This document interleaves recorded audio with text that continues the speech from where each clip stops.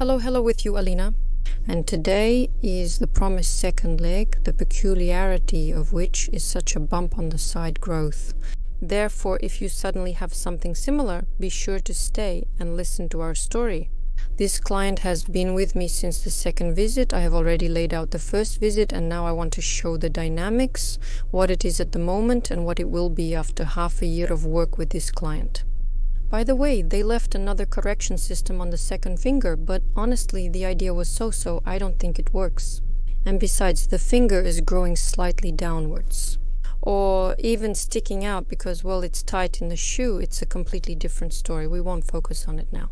I'll just remove the correction system and want to show here there is a length that we will remove now. And I just want to show you those places where the nail sticks in and how it forms. Such, well, I don't know what to call them, like channels or grooves in general. What happens in these places when the walls or corners of the nail plate are pressed into the skin during walking? They are hard work, they all rub. Do you get it around? The skin around the corner of the nail begins to dry out, it begins to thicken, and in this way we get the so-called periungual callus or the ingrown callus. Sometimes it's also called in general, what's it not called?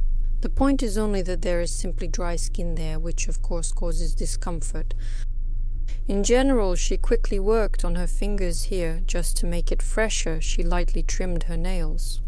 And then we will move on to the direct work with our main hero with the big toe. And for now I want to show how much is accumulated here on the sides. That is how much needs to be dug out. I didn't clean it up to the end, and honestly I always try to leave a little bit. Because if you overdo it, the skin will perceive it as an attack and thicken, grow even more. Therefore, in everything you definitely need a measure. Never do it like it's the last time in your life, so that it's super clean, like a baby's skin, because it's not necessary. In fact, it might not be beneficial. But in the meantime, I suggest we take a look at our big toe as it looks now. We had a correction system installed here. It's a crutch system that attaches right in the middle to such a composite pad. And to remove this correction system, we first need to cut it with a milling machine and then use a chisel to undercut and break this very composite. That is, we need to break this middle part, the attachment, just in case. I left all this because they often come in handy. And how do you generally remove KS? Well, this is how it is removed. I don't keep it here because I plan to make a new one. I didn't really like this. In general, it was very difficult to put a correction system on this finger. In general, destroying the composite, I accurately remove the important curls with tweezers, just as you put them there.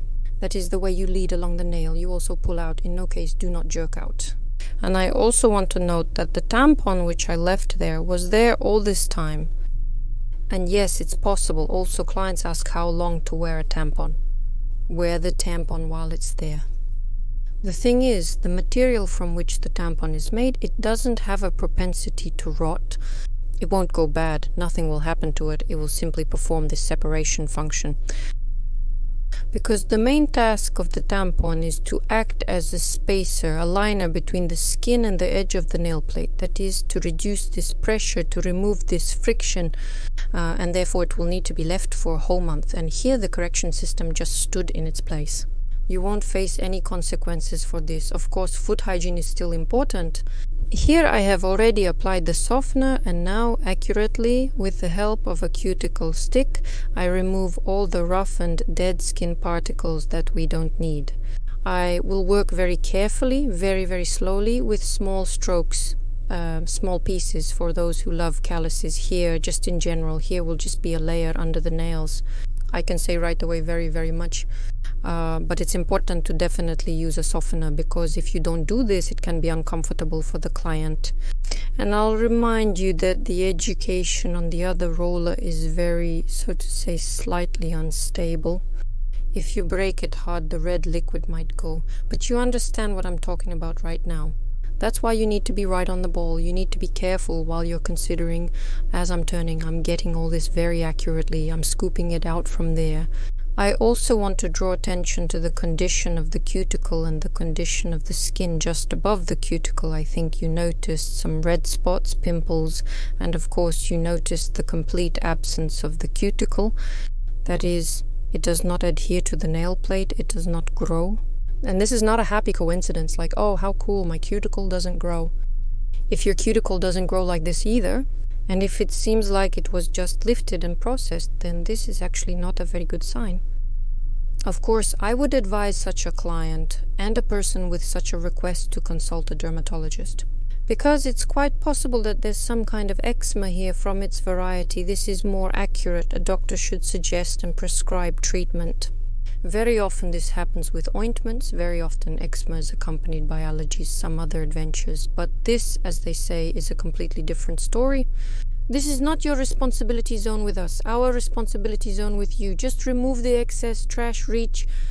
Yes, something has piled up here too. This is a leftover from last time, by the way.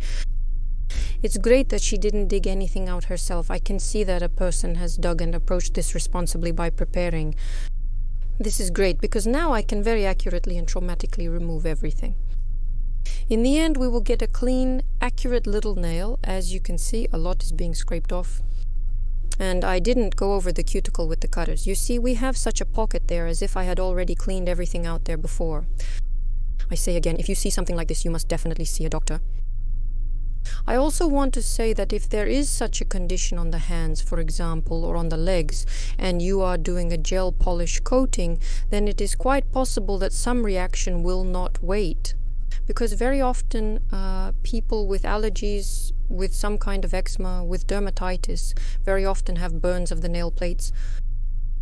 I believe that this has a direct connection. So be careful, be on the lookout. If your skin looks not, well, I can't say unhealthy, but I can say abnormal, that is, not within the norm. Of course, this is something that definitely needs attention. But here's where things get really interesting. I'm removing the crown, which has very delicately softened while I was applying the softener, and I'm carefully able to remove everything from there. Next, I start the process of fitting to the wall, because the nail is twisted there. Twisted, it goes deep enough into the roller. Actually, this growth that has formed here was caused by the fact that the nail plate here grows into the skin. There was a very long training, there was a long load, frequent inflammatory processes, and sometimes such inflammatory processes can lead to such formations on the fingers. What to do with it I've already told, but just in case I'll repeat, and this can only be removed by a surgeon. That is, everything has already grown there, this is straight skin, it has healed, there are already capillaries there. In general, this should not be cut, scraped or gouged out. This cannot be done under any circumstances as it would directly cause harm. So if something like this happened to you, it's a very sad story, but it's quite solvable. A surgeon can now remove this very accurately. They even make plastic rollers now. Well, in general, this will be the same operation, but you need to approach this responsibly. At the moment, my client is not ready for such a decision. That is, for her, this is a very traumatic event. Because in the first video I told that here was a strong removal of this nail plate, not once, and she has been through a lot. If you're not too lazy, be sure to go and watch this video in my feed, it's there, here. I'm applying a special cap again, soaked in liquid, to slightly stop the red liquid that is already starting to seep there. I just saw this and decided not to wait. See, there's a special little water thing that will stop everything. I'm doing this precisely using the same principle as a tampon. Such caps can be left in place without causing any harm. Further on is already off camera. I installed the correction system. It was very difficult to install it. I even started it, and only then on the video I saw that I incorrectly installed 1 omega. See, 1 is looking down. But despite all this, in a miraculous way, this correction system still worked. We have a leg in a month and another in 4, and in 6 with the same wrong omega, the nail has already straightened out. We'll continue working. Share your thoughts in the comments.